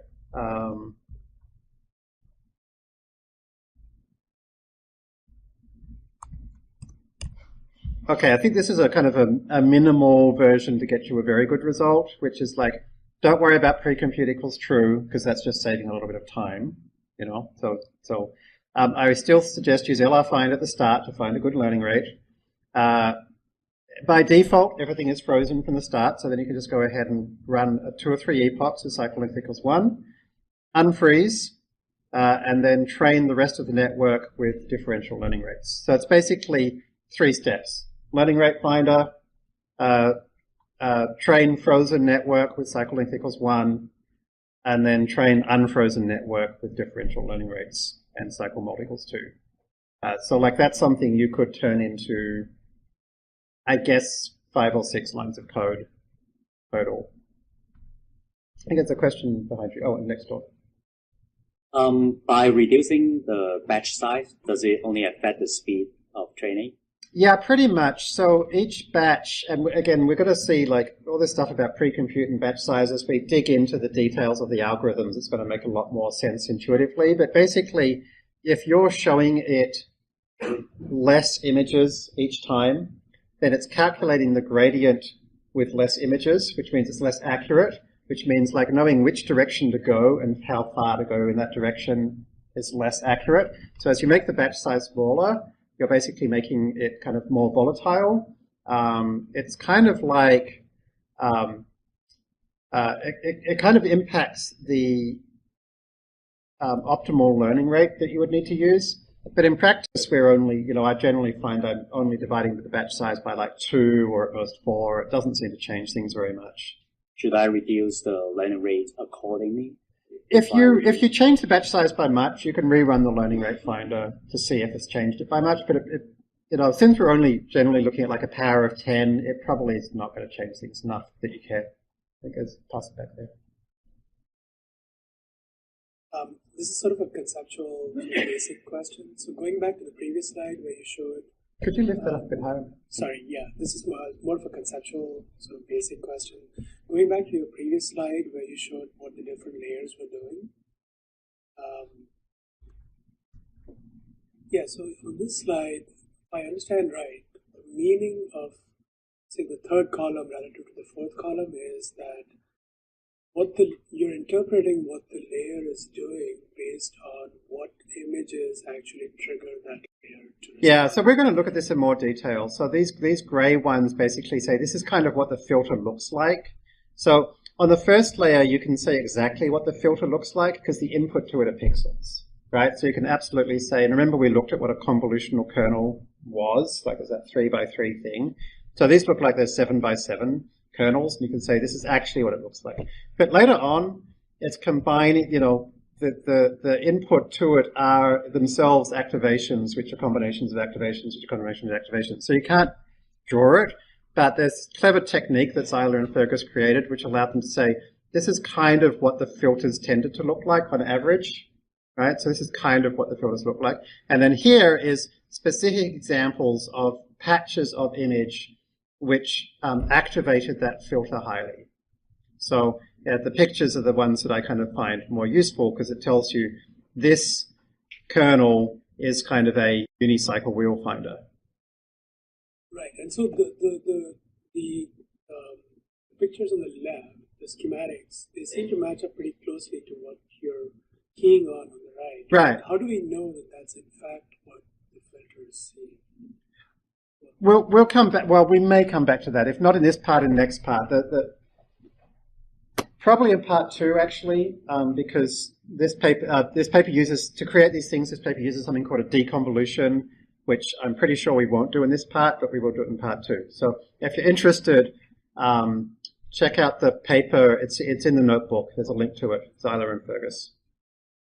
It's a very clever technique and not terribly intuitive. Right. So you mentioned that it was good that the dog took up the full picture, and it would have been a problem if it was kind of like off in one of the corners and really tiny. What would you have done? What would your technique have been to try to make that work? Something that we'll learn about in part 2, but basically there's a technique that allows you to kind of figure out roughly which parts of an image are most likely to have the interesting things in them, and then you can like crop out those bits. If you're interested in learning about it, we did cover it briefly in lesson 7 of part 1, but I'm going to actually do it properly in part 2 of this course because I didn't really cover it thoroughly enough. Yeah. Maybe we'll find time to have a quick look at it, but we'll see. I know Yanette's written some of the code that we need already.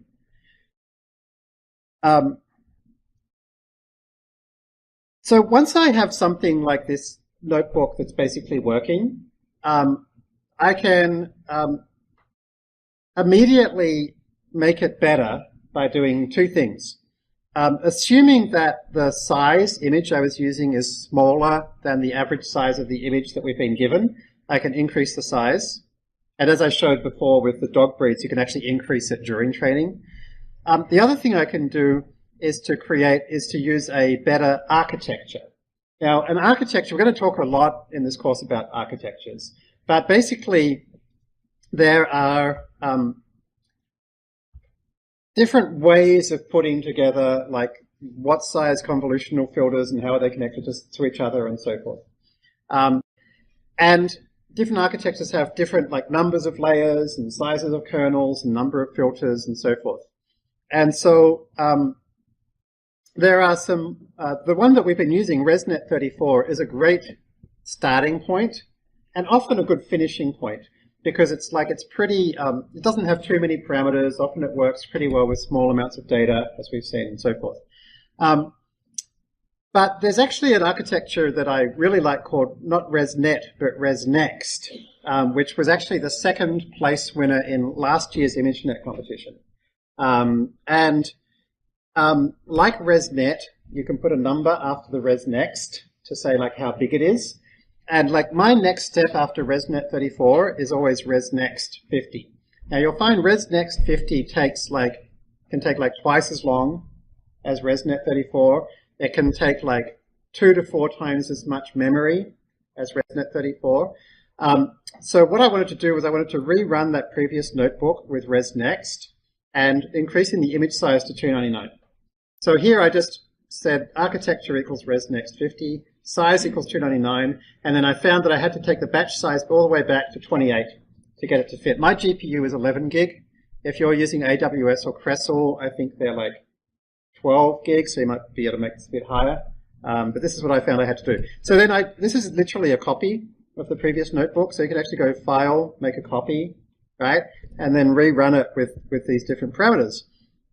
And so I deleted some of the pros and some of the exploratory stuff to see, basically I said everything else is the same, all the same steps as before. There's in fact, you can kind of see what this minimum set of steps looks like. I didn't need to worry about learning rate finder, so I just left it as is. So transforms, data equals, learn equals, fit, precompute equals false, fit with cycle length equals 1, unfreeze, differential learning rates, fit some more.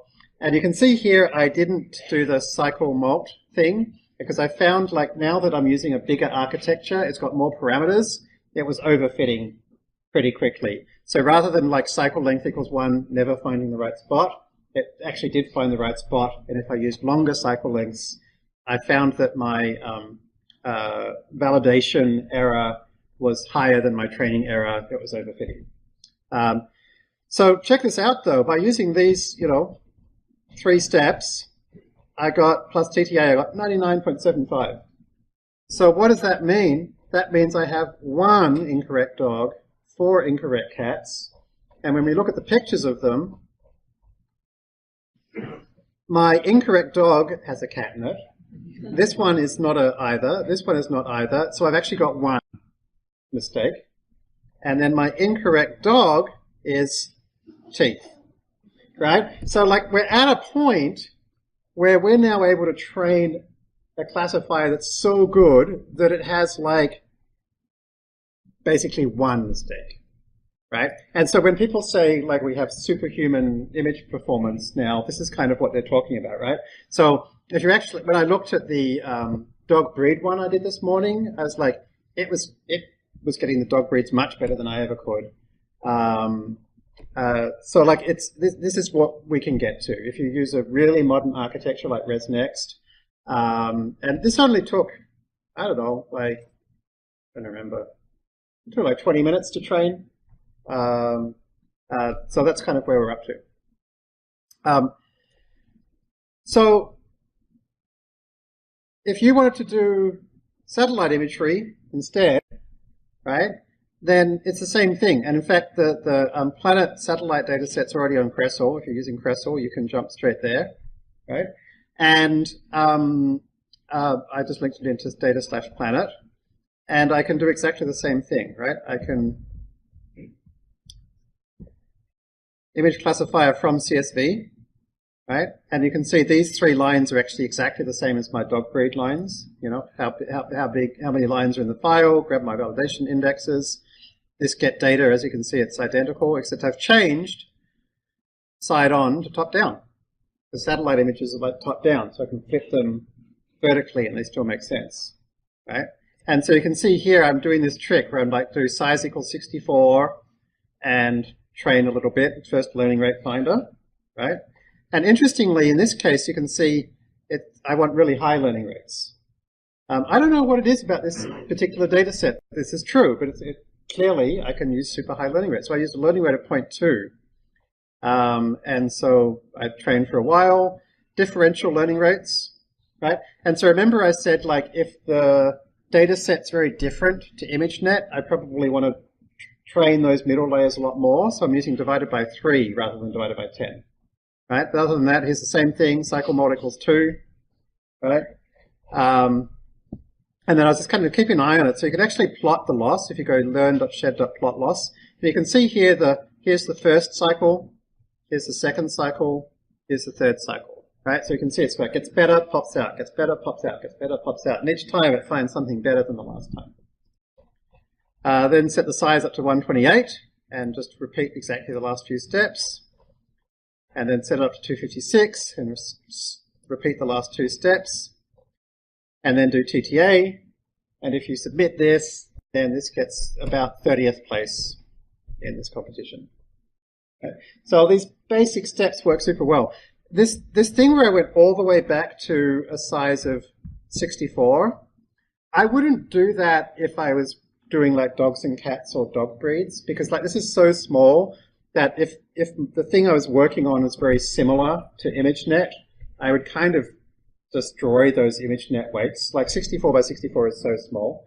But in this case, the satellite imagery data is so different to ImageNet. I really found that it worked pretty well to start right back at these tiny images. It really helped me to avoid overfitting.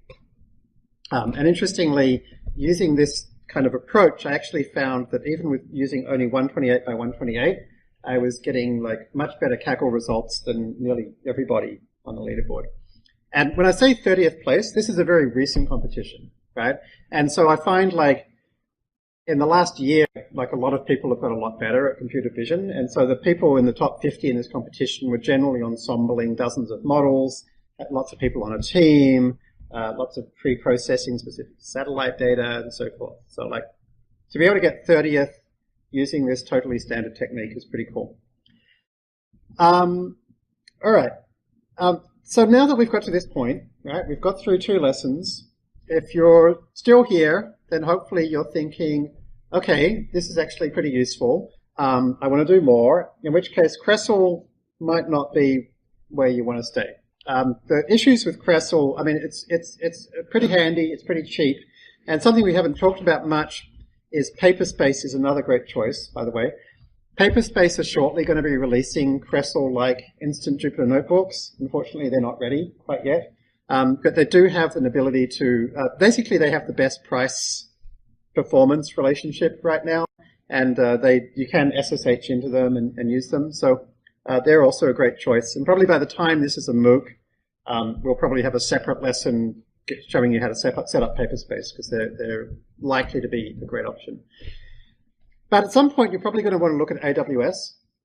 A couple of reasons why. The first is, as you all know by now, Amazon have been kind enough to donate about $200,000 worth of compute time to this course. So I want to say thank you very much to Amazon.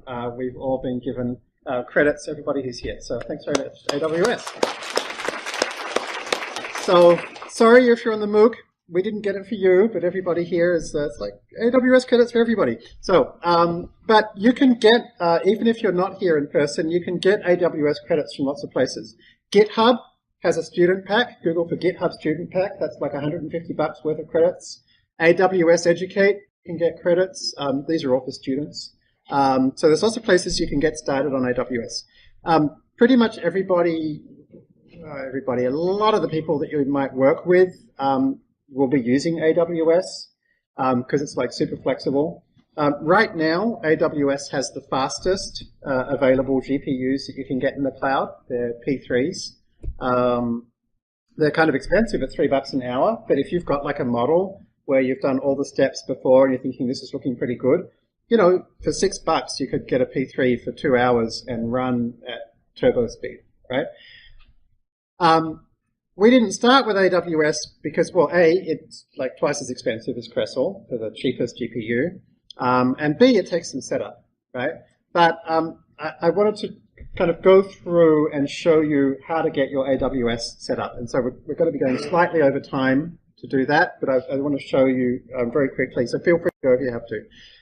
But I want to show you very quickly how you can get your AWS set up, right, from scratch. So basically, you have to go to console.aws.amazon.com, and it'll take you to the console, right? And so you can follow along on the video with this, because I'm going to do it very quickly.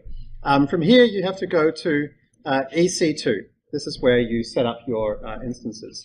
And so from EC2, you need to do what's called launching an instance. So launching an instance means you're basically creating a computer, right? You're creating a computer on Amazon. So I say launch instance. And what we've done is we've created a fast AI, it's called an AMI. An AMI is like a template for how your computer is going to be created. So if you go to Community AMIs and type in Fast AI, you'll see that there's one there called Fast AI Part 1 version 2 for the P2. Okay, so I'm going to select that, and then we need to say what kind of computer do you want? And so I can say I want a GPU computer, and then I can say I want a P2 X large. This is the cheapest, reasonably effective for deep learning instance type they have. And then I can say launch. And then I can say launch. And so at this point, they ask you to choose a key pair, right? Now, if you don't have the key pair, you have to create one, right? So to create a key pair, you need to open your terminal. If you don't have a terminal, if you've got a Mac or a Linux box, you've definitely got one. If you've got Windows, hopefully you've got Ubuntu. If you don't already have Ubuntu set up, you can go to the Windows Store and click on Ubuntu, right? We'll get it from the Windows Store. So from there, you basically go SSH-keygen, and that will create like a special password for your computer to be able to log into Amazon. And then you just hit enter 3 times, okay? And that's going to create for you your key that you can use to get into Amazon, right? So then what I do is I copy that key somewhere that I know where it is. So it'll be in the .ssh folder, and it's called idrsa.pub. And so I'm going to copy it to my hard drive. So if you're in a Mac or on Linux, it'll already be in an easy to find place. It'll be in your .ssh folder. Let's put that in documents. So from there, back in AWS, you have to tell it that you've created this key. So you can go to key pairs, and you say import key pair, and you just browse to that file that you just created. There it is. I say import. Okay, so if you've ever used SSH before, you've already got the key pair. You don't have to do those steps. If you've used AWS before, you've already imported it. You don't have to do that step. Okay, but if you haven't done any of those things, you have to do both steps. So now I could go ahead and launch my instance. Community AMIs, search, Fast AI, select, launch. And so now it asks me, where's your key pair? And I can choose that one that I just grabbed. Okay? So this is going to go ahead and create a new computer for me to log into. And you can see here it says the following have been initiated. And so if I click on that, it'll show me this new computer that I've created. Okay? So to be able to log into it, I need to know its IP address. So here it is, the IP address there. Okay, so I can copy that, and that's the IP address of my computer. So to get to this computer, I need to SSH to it. So SSHing to a computer means connecting to that computer so that it's like you're typing that computer. So I type SSH, and the username for this instance is always Ubuntu, right? And then I can paste in that IP address. And then there's one more thing I have to do, which is I have to connect up the Jupyter Notebook on that instance to the Jupyter Notebook on my machine. And so to do that, there's just a particular flag that I set. Okay, we can talk about it on the forums as to exactly what it does, but you just type -L 8888 localhost 8888. Okay, so like once you've done it once, you can like save that as an alias and type in the same thing every time. So we can check here, we can see it says that it's running, so we should be able to now hit enter. First time ever we connect to it, it just checks this is okay. I'll say yes. And then that goes ahead and SSHs in. So this AMI is all set up for you. All right, so you'll find that the very first time you log in, it takes a few extra seconds because it just kind of is getting everything set up. But once it's logged in, you'll see there that there's a directory called FastAI. And the FastAI directory contains our FastAI repo that contains all the notebooks, all the code, etc. So I can just go cd FastAI, right?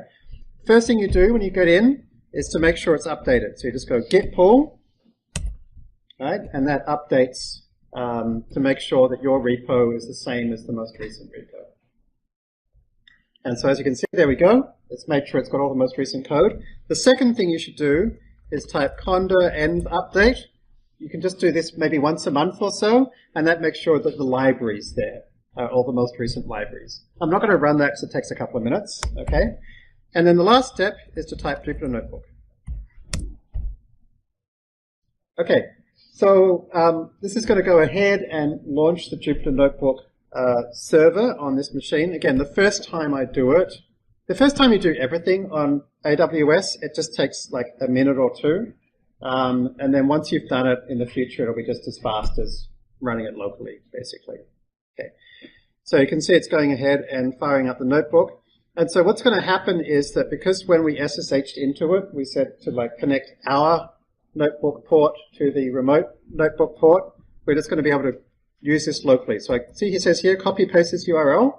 So I'm going to grab that URL and I'm going to paste it into my browser. And that's it. Okay? So this notebook is now actually not running on my machine. It's actually running on AWS. Okay? Using the AWS GPU, which has got a lot of memory. It's not the fastest around, but it's not terrible.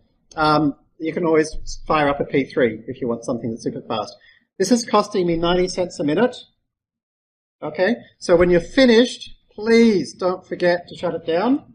Right? So to shut it down, you can right-click on it and say instance state stop. Okay? We've got $500 of credit, assuming that you put your code down in the spreadsheet. One thing I forgot to do, the first time I showed you this, by the way, I said make sure you choose a P2. The second time I went through, I didn't choose P2 by mistake, so just don't forget to choose GPU Compute P2. Do you have a question? No, you said 90 cents a minute. Oh, 90 cents an hour. Thank you. 90 cents an hour. It also costs like, I don't know, $3 or $4 a month for the storage as well. Thanks for checking that. All right, see you next week. Sorry we went over.